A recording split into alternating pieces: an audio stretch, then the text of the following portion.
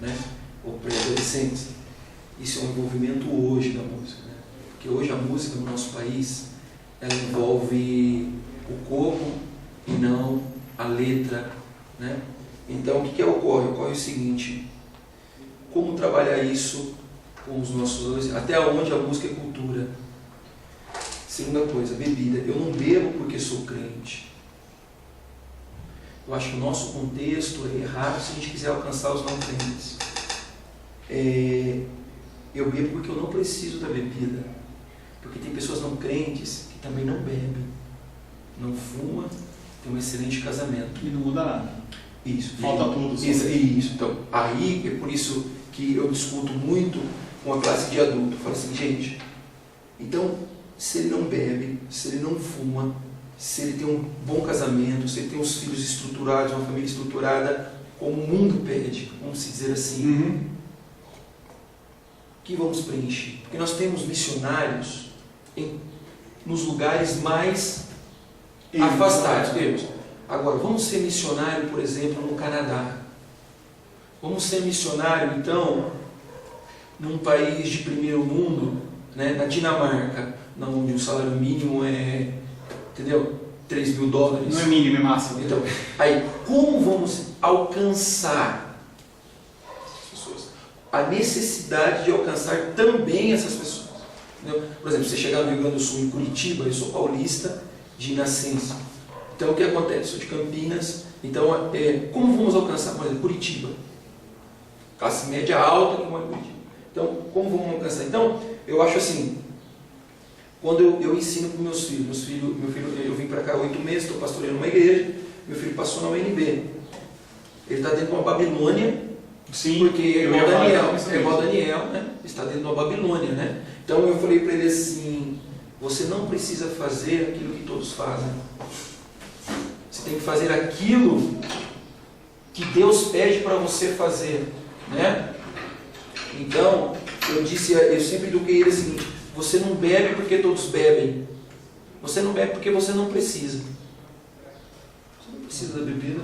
Eu não preciso da bebida para conversar com a menina. Eu não preciso da bebida para ser mais legal, mais bacana, para estar no meio da sociedade. Entendeu isso? Então é isso que eu tenho passado para meus filhos e tem dado certo, né? Mas, apesar de algumas coisas escapar, por exemplo, filme de terror, algumas escapadas, entendeu? Alguns funks porque eles ficam mais fora do que dentro, não uma questão dele, do maior, mas do de 14, entendeu? Então dá umas escapadas. Então eu aprendi com um grande homem de Deus assim, nós temos que também aprender dentro da metodologia para a nossa vida assim, até onde a música é cultura, a crítica, até onde a música é cultura para nós. Por exemplo, eu cantava Aquarela do Brasil para o meu filho. E são músicas que marcou ele. Porque eu acho que não é uma música, é uma música cultural, né? Então, assim, até onde a música fere a santidade. É uma coisa que eu estava discutindo com a minha esposa esses dias. Até onde a música fere a santidade. Eu estava discutindo com a minha esposa exatamente em relação à música.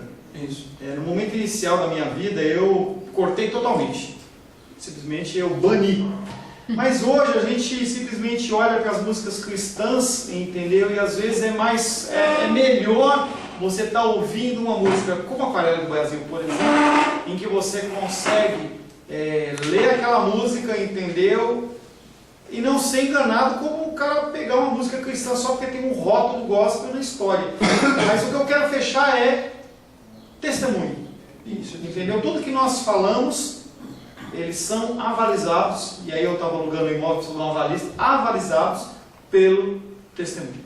Entendeu? É o que eu falo, você precisa dar testemunho, que é o fruto do Espírito, para as pessoas. Se você falou e ensinou teu filho, tua filha, teus filhos, e você não deu testemunho, aquilo já era. Esquece. Entendeu? Esquece. Por isso que a gente vê muitas igrejas hoje fragmentadas, porque a gente vê os líderes não vivendo o que eles pregam. Tá? Vamos lá. Não existe conhecimento. Não existe de um lado o indivíduo e do outro a realidade. Nós estamos interagidos. Ocorre entre ambos um processo de construção que implica a contínua criação e recriação. Esse processo se opera mediante a ação do homem sobre a realidade, transformando as suas necessidades através do trabalho. Conceito do homem tripartito. Eu até pouco tempo atrás, pouco não, até um tempo atrás, eu acreditava que eu era corpo, alma e espírito, a tricotomia. E eu tenho aprendido que nós somos seres unos, porque quando você sofre alguma injúria no seu sentimento, tanto o teu corpo padece, como o teu espiritual, ele decai. Se você tem uma vida, que nem eu vejo um parente meu que está afastado dos caminhos do Senhor, só decaindo, e aí você vê fisicamente a pessoa caindo, você vê emocionalmente a pessoa desesperada, porque não tem Deus. E se você tiver um problema físico, entendeu? Se tiver alguma enfermidade, se tiver alguma coisa muito grave, você não vai dizer para mim que você consegue estabelecer, entendeu? Manter o seu nível de alegria, o seu nível de contato com as pessoas. Então nós somos seres unos, entendeu? Não há tempo para a gente discutir sobre isso, entendeu? Você pode buscar, mas esquece o conceito de que você é corpo, alma com mais espírito, dicotomia. Esquece o conceito que você é corpo, alma e espírito, mas você é um ser uno. Amém? Ô Paulo, essa ideia de que não existe, né, de um lado o indivíduo e do outro a realidade, se nós formos abordar por esse conceito do homem tripartido, esse conceito ele vai validar em muitas vezes o fato de nós cristãos termos um conhecimento e dizermos que aquele conhecimento é válido para nós e, no entanto, na prática nós temos outra atitude, né? E aí a gente poderia até incorrer no erro que João vai combater lá na sua primeira epístola, né? Daqueles que se diziam elevados espiritualmente, contudo, as suas atitudes práticas eram atitudes que não condiziam com alguém que tem conhecimento de Deus. Que é o mesmo caso dos fariseus, né? Quando Cristo confrontava Exatamente. Então, assim, eu acho interessante repensar, sim, essa ideia do conceito do homem tripartido, até em função dessa coisa, de que nós não somos, de um lado, indivíduo e do outro, realidade. Tudo junto. É tudo junto. É tudo junto. E se nós fizermos essa partição, seja bi ou tri, nós acabaremos em alguns momentos achando que somos indivíduo apartado da realidade. Um conceito de, se você trabalha ou já trabalhou secularmente, é um conceito que você tem um problema, você passou pela porta do emprego, você deixa o problema para fora e você passa a ser apenas funcionário. Isso não existe. Você não consegue ter esse tipo de separação. Você não consegue ter esse tipo de separação entre o indivíduo e a realidade. As coisas, elas se interagem. E são feitas por Deus para que assim seja. Como que nós podemos influenciar uma sociedade? Porque se a sociedade está essa bandalheira que está aí, é reflexo da igreja. Não acha que a igreja é santa não, querida. As pessoas estão tacando pedra na Dilma agora. Continuam, né? O mesmo grupo de pessoas que tacava antes, taca agora. Eu que voltou, né? Mas se você olhar o número de pessoas que são cristãs, que não votaram na eleição, se for proporcional ao que não votou geral, 25%. É muita gente. Você consegue imaginar que de cada 4 pessoas, uma não votou? E aí essas pessoas poderiam ter feito... Não estou dizendo que o Aécio ia resolver alguma coisa, não estou dizendo isso. Entendeu? Mas as pessoas não se posicionam, elas acham que elas podem viver um contexto. Não, eu estou na igreja, as portas do inferno não prevalecerão contra a igreja. Não está falando sobre isso, gente. Eu falava com a minha esposa. Se a Dilma assumir, você pode se preparar que é juízo de Deus sobre o Brasil. Você pode se preparar que é juízo de Deus sobre o Brasil. Pô, pastor, você está falando que nem da Neuza Etiópia. Não, mas é isso mesmo, querido. Você pode se preparar que a coisa vai arrochar. Vai haver peneiramento da igreja. Você acha que você vai trabalhar do jeito que você está trabalhando assim? Se você está trabalhando? Você acha que você vai continuar fazendo o que você quer, do jeito que você quer? As pessoas vão partir para cima. Elas vão partir para cima no sentido de cercear a igreja. E a própria igreja, ela vai começar a conceder, entendeu? Liberalidades para continuar trabalhando. Vai na igreja da China.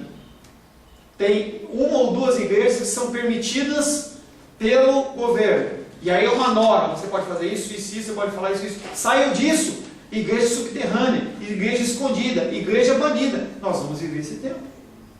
E aí a Suzane Richoff tem lá, no Fantástico lá, pastora, não sei o quê, E aí mostra que ela estava namorando com uma mulher lá e agora está namorando com uma outra, e aí voltou com a outra de novo. E esse é o conceito que está sendo impregnado. Você fala para mim assim, não, isso nunca vai chegar na minha porta. Você está enganado. Quem lembra do Ford Ka? Alguém tem Ford Ka? Para me falar? Alguém tem um Ford Ka? Não? Você lembra? Quem lembra quando saiu o Ford Ka? Bater. Quem lembra do Ford Ka? Um exemplo bobo. Quando o Ford Ka foi lançado, as pessoas olhavam para ele e ele era horrível. A traseira dele parecia a traseira daquele lutador de sumô, sabe que é aquela cueca? É o carro segunda. Era horrível. Hoje já fizeram uma maquiagem, mas é o mesmo Ford Ka. E hoje você paga 30 mil, 40 mil reais num Ford Ka. Então as pessoas vão acostumando. Sabe aquele conceito de água mole em pedra dura, tudo bate até que fura? Esse conceito começa a bater aqui, entendeu? Vai batendo, daqui a pouco você acha que não tem problema, você vai abrindo concessões, daqui a pouco o ministro de louvor da tua igreja é um gay, homossexual. Não, mas é normal. Não tem problema. E o amor? E aí eles confundem o amor, entendeu? O amor no sentido de exortação, de trabalhar e de ensinar a pessoa. Se vocês estiverem com frio, vocês falam, só dei uma briga para eu dar uma ventilada, porque está meio abafado. Tá? O amor, o maior amor é o ensino, é o castigo, a exortação, é você mostrar o caminho certo. O profético não é falar que o cara vai casar com fulano, não é falar, tá? O profético é assim diz o Senhor, não assim diz o pastor, não assim diz o apóstolo, o bispo, assim diz o Senhor. E aí você traz a palavra no sentido de correção para a pessoa. Tá? Então não existe de um lado o indivíduo, do lado a realidade, e as pessoas têm vivido isso. A pessoa é cristã no domingo, ele tem aquela ilustração conhecida. O menininho chega ao pastor e fala assim, pastor, queria saber se a gente pode mudar para aquele quartinho que tem ali. Mas filho, por que você está falando isso? Você mora numa casa tão bonita, Não, porque papai é tão cristão, ele é tão bonzinho, ele adora o Senhor, ele beija a mamãe, ele me abraça, entendeu? Ele ora, mas quando chega em casa ele briga, ele xinga, ele bate, ele vai para casa, ele briga com todo mundo. Indivíduo separado da realidade. Na ação do indivíduo são expressos hábitos, ideias, formas de pensar, sentir, crenças e valores que fazem parte das suas relações com a realidade. É aquilo que a gente estava falando de exemplo, de testemunho. Não adianta você falar uma coisa e você viver outra. Você tem que demonstrar para as pessoas, entendeu? O que você acredita através do que você fala, através do que você faz. Mas também o que o senhor falou, a questão da adaptação do modo de vivência. Até certo ponto, justamente, sim. A pessoa tem como manter, entendeu? Dizendo ali que é aquilo ali, sendo que não é aquilo. Porque a verdadeira, vamos dizer assim, vamos voltar ali para a doutrina da regeneração. Realmente você vai dizer se é cristão de acordo com aquilo ali. E aí você tem que entender que essa matéria é uma matéria técnica e não é teológica. Eu estou tentando estabelecer um paralelo, tentando chegar o mais próximo da teologia possível, entendeu? Mas hoje, antigamente, quando se falava assim, o cara é cristão, eu confio nele. Aí eu pergunto, vai perguntar no comércio quem aluga um salão para alguém que é cristão. Você vê que as pessoas elas dão cano em nome de Deus. Você vê as pessoas tomando posse de terreno, entendeu? Para construir igreja. Gente, não é bíblico. Não, mas eu vou pregar o evangelho, eu vou fazer ação social, eu vou fazer... Não importa, o princípio está errado, aquilo lá não é seu, é roubo. E aí eu lembro de um amigo meu que estava fazendo um trabalho de missões, eu não lembro de que, acho que lá para o lado do norte, onde que planta algodão? Hã? Bom, não sei, lá para o norte tem, não tem? Nordeste, bom, não sei. Um estado desses aí, ele estava fazendo um trabalho de evangelismo e ele passou com o carro, ele viu aquela plantação de algodão, nunca vi. E aí ele parou para olhar, ele foi lá, pulou a cerca e pegou uma mecha daquela de algodão e ele achou interessante. Gente, isso é roubo! E aí ele estava andando, Deus constrangeu ele. Falou, não, você roubou, meu. E aí o mesmo conceito, lembra daquela situação quando Moisés, ele estava naquele conceito lá de 10 pragas, e aí o Senhor, ele sai para matar ele, e aí a Zípora circuncisa os filhos. Meu, havia uma lei que ele tinha que fazer aquilo, ele não tinha feito na casa dele, que testemunho ele estava dando. Então a família dele estava fora. E a palavra de Deus diz que o Senhor procurou e tentou matá-lo. E aí a esposa faz a circuncisão ali e fala: eu tenho você, marido, como um homem sanguinário. Entendeu? Um homem sanguinário. Nós temos que agir conforme nós procedemos. A língua, portanto, é um conjunto de símbolos que nomeia pessoas, objetos, sentimentos e intenções humanas com estrutura e regra próprias. Entretanto, na medida em que o indivíduo internaliza a língua como algo instituído, ela passa a fazer parte da sua constituição. Nesse processo, o homem introduz alterações ao ponto de não entendermos a linguagem de determinados grupos sociais. Se você entrar no conceito de cristão, de igreja, você vai ver que cada um fala uma linguagem. Cada um fala um jeito. Não tem um parâmetro, não tem uma linha mestra. E eu lembro quando na igreja onde eu congregava, uma senhora chegou para mim, a irmã Maria Corte, vocês conhecem. Chegou para mim e falou assim: não entendo como que a gente sendo presbiteriano trouxeram alguém de fora que não é reformado. Aí eu falei para ela, falei assim: a senhora crê em Deus como seu Criador? Claro. Jesus Cristo como seu Salvador? Sim. O Espírito Santo como seu Consolador? Sim. Eu falei: pois eu também, o resto a gente resolve.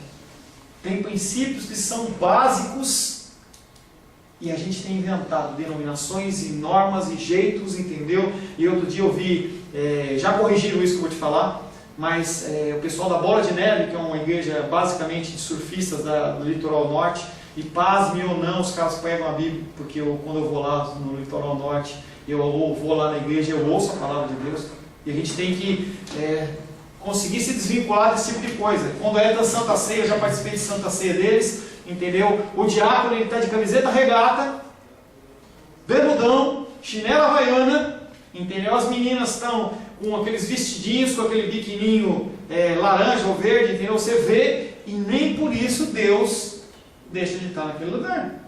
Tem as heresias, tem as atrocidades, como tem em qualquer lugar. E outro dia um grupo dessa igreja, eles estavam batizando num toboágua. Entendeu? Então o cara fazia oração lá em cima, e aí o cara descia naquele toboágua e ele dava na água. Oh, glória!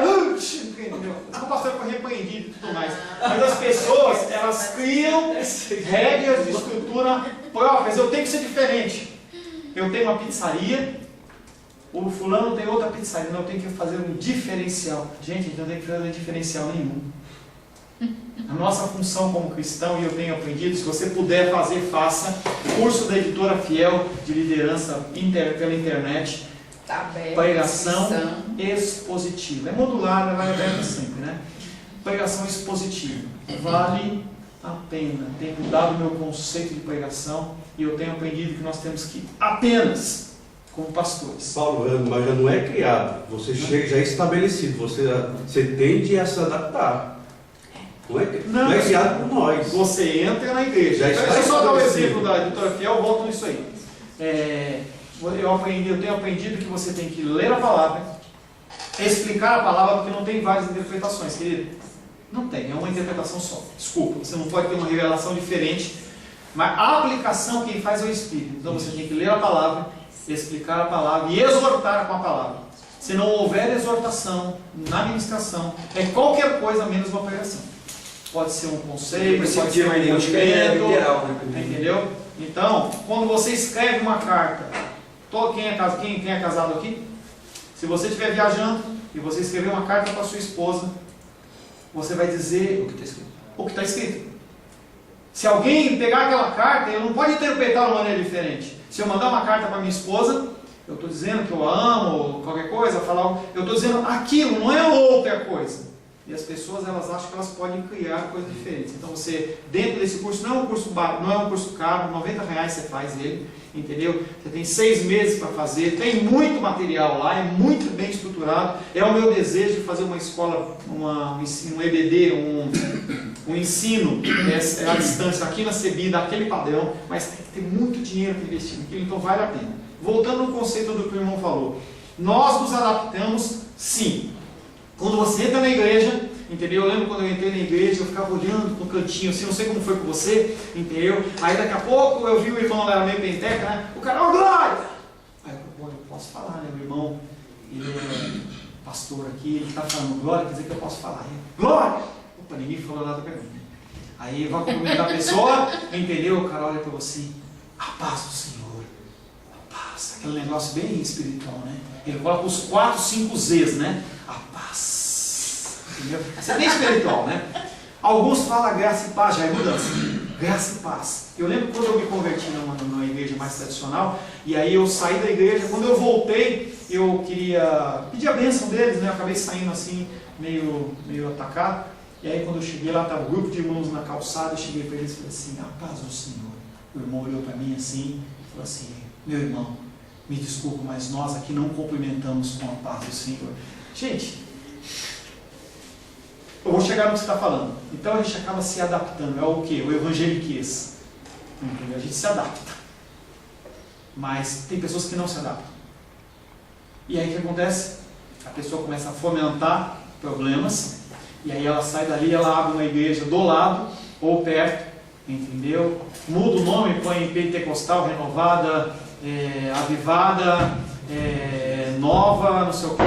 E aí o que ela faz? Ela não se adapta. Ela cria uma regra nova dentro daquele conceito. Então a minha igreja, ela é diferente da sua igreja, porque a minha igreja, eles não têm que usar gravata, apenas gravata preta, eles podem usar gravata preta e vermelha. É uma mudança, é um diferencial. Então em alguns casos se adapta, em muitos casos não se adapta. E uma das explicações para a gente ter tanta igreja, tanta denominação, é exatamente isso.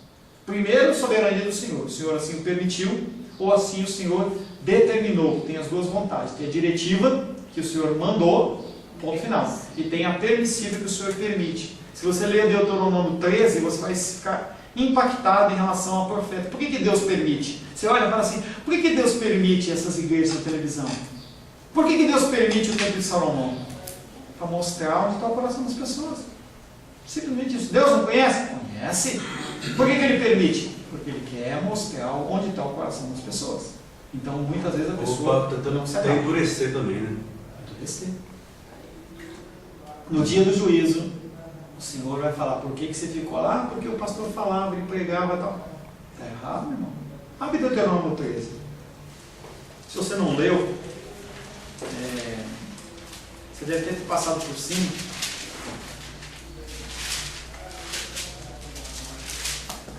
Isso. 13, verso 1. Quando o profeta ou sonhador se levantar no meio de ti e te anunciar um sinal ou prodígio e suceder o tal sinal ou prodígio, o que acontece? Antes de ler, eu continuar. Você vai num homem ou uma mulher que se diz de Deus e você pede uma direção e a pessoa dá uma direção e dá certo. Quando você tiver uma próxima questão, você vai aonde? Lá no caminho. Mas quer dizer que aconteceu de Deus?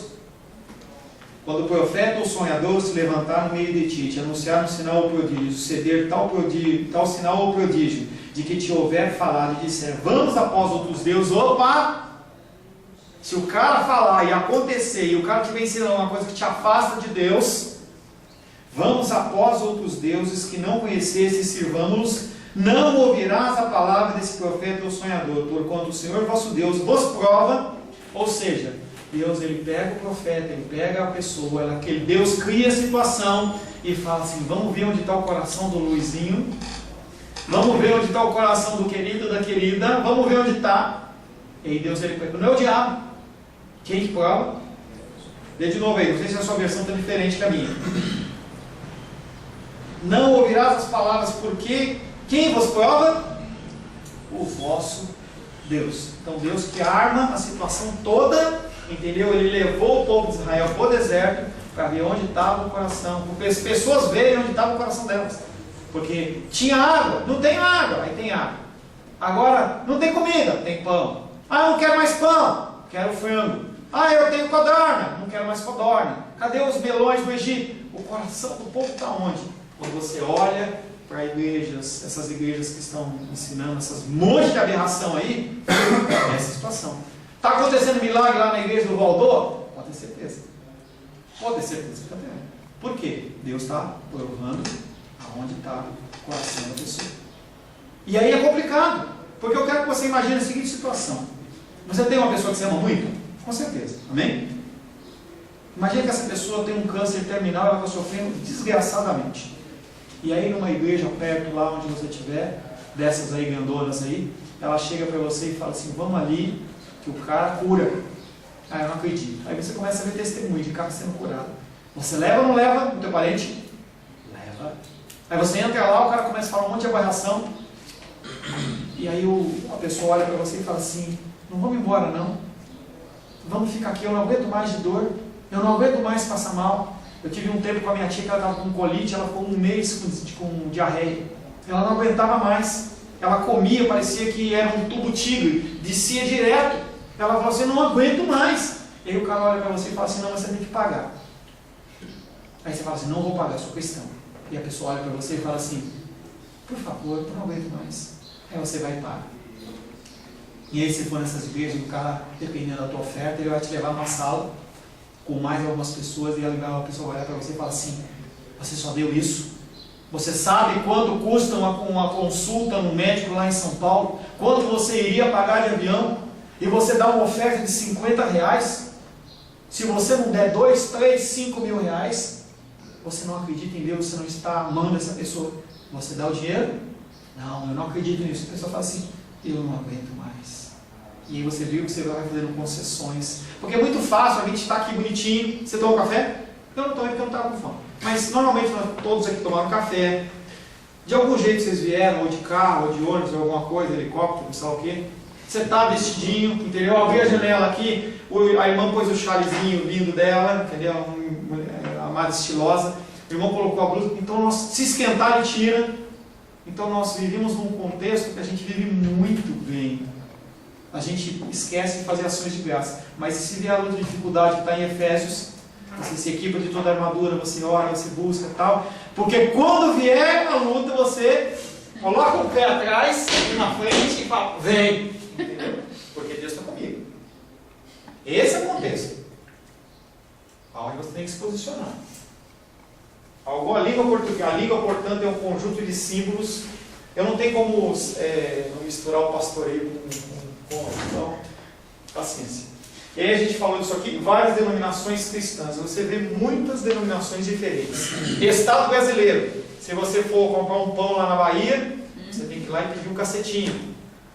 Pô, cacetinho parece um palavrão aqui, né?